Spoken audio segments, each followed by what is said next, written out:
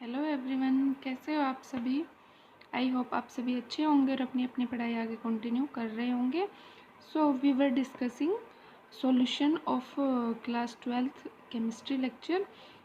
In the last lecture we have discussed molality, molarity, normality and percentage by volume, percentage by mass and mass by percent mass by volume. Okay, so in this chapter हम एक दो फॉर्मूले और discuss करेंगे. So first is parts पर million. So what is parts पर million और ppm? ppm it is defined as the quantity of solute in grams present in 10 की power 6 grams of solution. ppm को हम कब यूज़ करते हैं? पार्ट्स पर मिलियन को जब हमारे पास कंसनट्रेशन बहुत ही ज़्यादा कम हो. अगर हमें सॉल्यूशन बहुत ही ज़्यादा डाइल्यूट बनाना है, मतलब हमारे पास क्या होगा कि सॉल्यूशन का अमाउंट तो बहुत ज़्यादा होगा, सोल्यूट की कंसंट्रेशन बहुत ज़्यादा होगी, बट जो हमारे पास सॉल्वेंट की कंसंट्रेशन बहुत ज़्यादा होगी, बट जो हमारे पास सोल्यूट होगा उसकी कंसंट्रेशन क्या होगी? बहुत कम. तो क्या होता है ये कि मास of solute upon mass of solution into 10 की पावर 6 पार्ट्स पर मिलियन. इतना छोटा होता है कि पार्ट उसका हमें मिलियन, देखो मिलियन कितना हो गया? 10 की पावर 6. तो मास of solute upon mass of solution into 10 की पावर 6. दिस इज़ पार्ट्स पर मिलियन. अगर हमें किसी भी चीज़ का न्यूमेरिकल दिया हुआ है और उसमें पार्ट्स पर मिलियन पूछा हुआ है कि भाई इसका पार्ट्स पर मिलियन क्या होगा, तो ये हम कब निकालते हैं? जब सोल्यूट की कंसनट्रेशन हमारे पास बहुत ही ज़्यादा कम होती है. ठीक है, जैसे कि क्या होता है कि जो हमारे पास एटमॉस्फेयर होता है, एटमॉस्फेयर में पोल्यूशन की मात्रा होती है. अब पोल्यूशन वैसे तो ppm में हम मेज़र करते हैं क्योंकि पोल्यूशन की मात्रा कम होती है, अमाउंट होती तो है बट इतना ज़्यादा पोल्यूट तो नहीं होता ना, तो उसको मेज़र करने के लिए हम ppm यूज़ करते हैं. Next one is mole fraction. Mole fraction क्या होता है?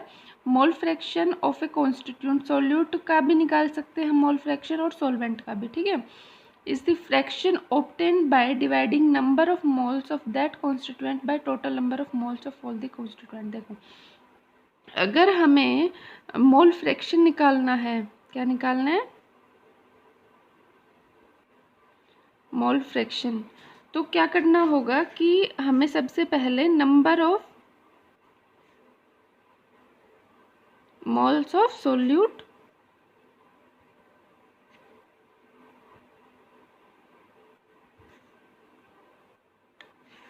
ठीक है upon total number of moles of solution. मतलब इसमें मोल्स ऑफ सोल्यूट भी आ जाएगा plus moles of solvent. So what is mole fraction? अब हम मोल फ्रैक्शन अगर हम सोल्यूट की निकाल रहे हैं, mole fraction of solute calculate कर रहे हैं, तो क्या होगा? Number of moles of solute upon moles of solute upon moles of solvent. मतलब अगर हम number of moles of solute को N2 से रिप्रेजेंट कर रहे हैं और सॉल्वेंट को N1 से रिप्रेजेंट कर रहे हैं, तो it will be N2 upon N1 plus N2. This is mole fraction. हमें क्या निकालना है? फ्रैक्शन निकालना. अब हमें पता है कि N1 प्लस N2 चाहे कुछ भी दे रखा हो, अगर हमारे पास एक सॉल्वेंट और एक सोल्यूट है, इन दोनों का सम किसके इक्वल होगा? 1 के इक्वल. मतलब चाहे हम N1 निकालें चाहे हम N2 निकालें, दोनों की वैल्यू हमेशा एक से क्या होगी? लेस होगी. ठीक है, सो इसकी वैल्यू क्या होगी? Less than 1. इन दोनों को अगर हम कंबाइन करते हैं तो वो किसके इक्वल आना चाहिए? 1 के इक्वल आना चाहिए. अगर हम मोल फ्रैक्शन सॉल्वेंट का निकाल रहे हैं तो फॉर्मूला हमारे पास हो जाता है N1 upon N1 plus N2. This is the number of moles of solvent और this is the number of moles of solute. Okay,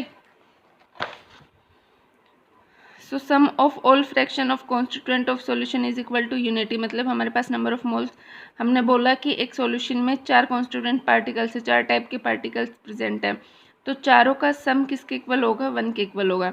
अब देखो हमारे पास कई बार न्यूमेरिकल्स दिए हुए हैं, उसमें ये दिया होता है कि एक सॉल्यूशन है, ठीक है, 500 ml का सॉल्यूशन है, उसकी मोलैरिटी मान लो 0.5 है, फिर उसको हम डाइल्यूट करते हैं अप टू 100 ml तक, तो उसकी मोलैरिटी क्या होगी? इस टाइप के अगर हमें क्वेश्चन दिए होते हैं तो molarity and normality after dilution, के डाइल्यूशन के बाद उसकी कंसंट्रेशन, डाइल्यूशन उसमें हमने इतने ml वाटर मिला दिया या फाइनल सॉल्यूशन हमने इतना मेकअप कर लिया, उस टाइप के न्यूमेरिकल दिए हुए हैं, तो उनमें कौन सी इक्वेशन लगती है? M1 V1 is equal to M2 V2.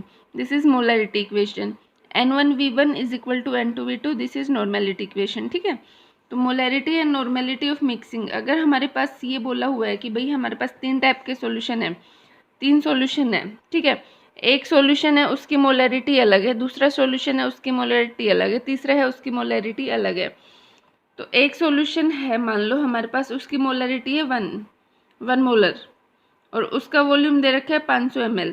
दूसरी है उसकी मोलैरिटी दे रखी है 0.5 ml, 0.5 मोलर और उसका वॉल्यूम दे रखा है मान लो 200 ml। थर्ड सॉल्यूशन है उसकी मोलैरिटी दे रखी है 0.75 मोलर, ठीक है, और उसका वॉल्यूम दे रखा है 300 ml। तो हमें ये पूछा जाता है कि फाइनल रिजल्टेंट, हमने जब इन तीनों सॉल्यूशन को जब मिक्स किया तो रिजल्टेंट मोलैरिटी क्या होगी। अब देखो आपको वॉल्यूम तो इन दोनों तीनों का पता था कि एक का 500 था, एक का 200 था, एक का 300 था, उनको ऐड कर दोगे तो उनको ऐड करने के बाद रिजल्टेंट मोलैरिटी क्या होगी, हमारे पास जो टोटल वॉल्यूम है उसको इधर ला के इससे क्या कर दोगे डिवाइड, इस तरह से हमारे पास क्या आ जाएगा रिजल्टेंट मोलैरिटी। इसी तरह से हमारे पास नॉर्मेलिटी की इक्वेशन होती है N1V1 plus N2V2 plus N3V3 is equal to NRV1 plus V2 plus V3, okay. देखो अगर हमारे पास कोई भी एक रिएक्शन दी हुई है N1A प्लस N2B, रिएक्ट करके क्या बनाता है M1C प्लस M2D, ठीक है। इसमें हमें क्या पूछा हुआ है, अगर हमें मोलैरिटी की इक्वेशन लिखनी है तो मोलैरिटी की इक्वेशन क्या होगी, M1 और M2 यहाँ पर मोलैरिटी हमने मान ली A और B की, मान लो इसकी मोलैरिटी है M1, इसकी मोलैरिटी है M2, ठीक है। ये एक रिएक्शन हो रही है तो हमारे पास रिलेशन क्या होता है M1V1 over N1 is equal to M2V2 over N2। इनके न्यूमेरिकल्स जब हम सॉल्व करेंगे हमें ये फॉर्मूले और भी ज़्यादा क्लियर हो जाएंगे, ठीक है। चलो अब हम न्यूमेरिकल्स देखते हैं, एक दो कुछ न्यूमेरिकल्स करने की कोशिश करते हैं। So first is what is the concentration of glucose in moles per litre if 40 gram of it is dissolved in enough water to make a final volume of 2 liter। इसमें हमें क्या निकालना है, सबसे पहले तो हमें ये देखा करो फाइंड क्या करना है, what is concentration of glucose, concentration निकालनी है इन मोल्स पर लीटर। अब हमें ये पता होना चाहिए कि मोल्स पर लीटर किसकी यूनिट होती है, मोल्स पर लीटर हमारे पास किसकी यूनिट होती है, मोलैरिटी की, क्योंकि मोलैरिटी क्या होती है, मोलैरिटी होती है number of moles of solute upon volume of solution in liter। अब देखो यूनिट से देखो मोल्स पर लीटर है ना, तो नंबर ऑफ मोल्स की यूनिट क्या आ जाएगी मोल्स, और वॉल्यूम की क्या यूनिट आती है लीटर, तो मोल्स पर लीटर ही तो पूछा हुआ है, तो हमें क्या निकालना है, मोलैरिटी निकालनी है। अब हमारे पास नंबर ऑफ मोल्स नहीं है, नंबर ऑफ मोल्स कैसे कैलकुलेट करेंगे, हमें पता है कि कितना जो हमारे पास सोल्यूट है, सोल्यूट यहाँ पर क्या है ग्लूकोज, ग्लूकोज की अमाउंट कितनी दे रखी है 40 ग्राम, 40 ग्राम दे रखी है। यहाँ से हम नंबर ऑफ मोल्स कैलकुलेट करेंगे पहले, तो नंबर ऑफ मोल्स क्या हो जाएंगे, what will be the number of moles, mass of solute upon molar mass. Mass कितना दे रखा है 40, ठीक है। अब हमें निकालना है मोलर मास। अब मोलर मास हम कैसे कैलकुलेट करेंगे, मोलर मास के लिए हमें क्या करना है, हमें ग्लूकोज का फॉर्मूला पता होना चाहिए। मोलर मास के लिए ग्लूकोज का फॉर्मूला होता है C6H12O6, ये तो फॉर्मूला हो गया। इसके साथ साथ हमें इनका एटॉमिक मास भी पता होना चाहिए। कार्बन का एटॉमिक मास होता है 12, ठीक है, तो कार्बन के 6 एटम है, 6 × 12, ठीक है, 12 हाइड्रोजन, एक का एटॉमिक मास 1 होता है, और हमारे पास 6 ऑक्सीजन है, एक ऑक्सीजन का एटॉमिक मास कितना होता है 16, ठीक है, it will be 1272।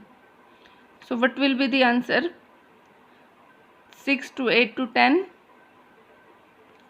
7 8 9 18, 180, ठीक है। तो मोलर मास हमारे पास कितना आ गया 180, this will be the number of moles. अब हमें क्या निकालना है, मोलैरिटी। मोलैरिटी क्या होती है, number of moles upon volume of solution.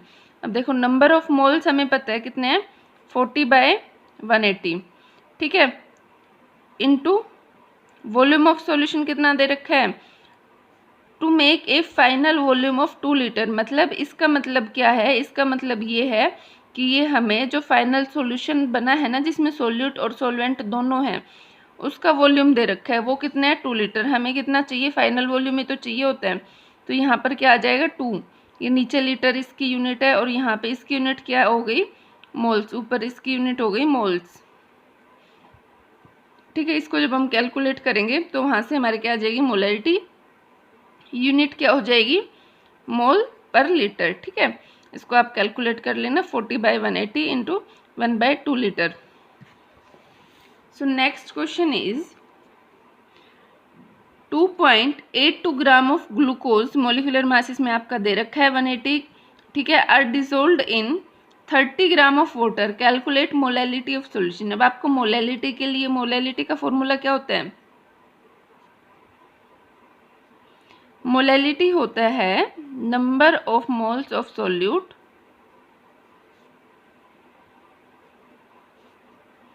Upon mass of solvent. Molality में क्या था, वॉल्यूम ऑफ सॉल्यूशन, मोलैलिटी में क्या है, mass of solvent in KG, ठीक है। यहाँ पर भी अब हमारे पास क्या है, नंबर ऑफ मोल्स है, हमारे पास नंबर ऑफ मोल्स तो नहीं दे रखे, मास दे रखा है, तो मास से हम नंबर ऑफ मोल्स कैसे कैलकुलेट करेंगे, mass of solute upon molecular mass, molecular mass कितना है 180 अपॉन मास ऑफ सोलवेंट। देखो are dissolved in 30 gram of water, तो ये 30 ग्राम ऑफ वाटर ये क्या है, ये हमारे पास है मास ऑफ सोलवेंट, तो ये कितना हो गया 30, ठीक है। ये हमारे पास क्या हो गई मोलैलिटी हमारी। अब देखो 30 ग्राम है, ठीक है, हमें ये किस में लेना था, किलोग्राम में, तो इसको किलोग्राम बनाने के लिए इसको 1000 से क्या कर देंगे, मल्टीप्लाई कर देंगे ऊपर, ये हमारे पास क्या हो गई मोलल। इसकी मोलैलिटी की यूनिट क्या होती है, मोलल, इसको हम स्मॉल m से रिप्रेजेंट करते हैं, ठीक है। उसके बाद हमें निकालना है mole fraction of glucose and water. तो मोल फ्रैक्शन आपको पता है कि मान लो ग्लूकोज को मैं रिप्रेजेंट कर रही हूँ N1 से और वाटर को रिप्रेजेंट कर रही हूँ N2 से, तो मोल फ्रैक्शन ग्लूकोज का क्या होगा, अगर मैं ग्लूकोज की बात करती हूँ तो ग्लूकोज का क्या होगा N1 upon N1 plus N2। अब N1 हमें मोल फ्रैक्शन ग्लूकोज का निकालने के लिए क्या पता होना चाहिए, इसके number of moles. Number of moles glucose के कैसे निकलेंगे, ग्लूकोज का मास अपॉन ग्लूकोज का मोलिकुलर मास। तो ग्लूकोज का मास कितना है अपॉन ग्लूकोज का मोलिकुलर मास कितना है 180, ठीक है, अपॉन N1 सेम हो जाएगा प्लस N2 में क्या आएगा, number of moles of solvent. अब सोलवेंट यहाँ पर क्या है वाटर, इसके नंबर ऑफ मोल्स निकालने के लिए हम क्या करेंगे, मास ऑफ सोलवेंट, मास कितना है 30 ग्राम अपॉन क्या आ जाएगा यहाँ पर, मास of solvent, molecular mass of solvent, water का मोलिकुलर मास क्या होगा H2O 16 एटॉमिक मास हो गया, ऑक्सीजन का 2 हो गया, हाइड्रोजन का 18। इसको सोल्व करेंगे तो क्या आ जाएगा हमारे पास, ग्लूकोज के मोल फ्रैक्शन। अगर हमें वाटर का मोल फ्रैक्शन निकालना है तो वाटर के लिए क्या करना पड़ेगा हमें, N2 upon N1 plus N2, this time this will be above, यहाँ पर क्या आ जाएगा 30/18, ठीक है। यहाँ पर ये वाली टर्म आएगी N1 N2, तो आपको पता चली गया होगा, इसमें सीधा हमें पुट करना है, वहाँ से मोल फ्रैक्शन किसका कैलकुलेट हो जाएगा, वाटर का, ठीक है। इसी तरह से आपको NCERT के आगे फर्दर क्वेश्चंस दिए हुए थे,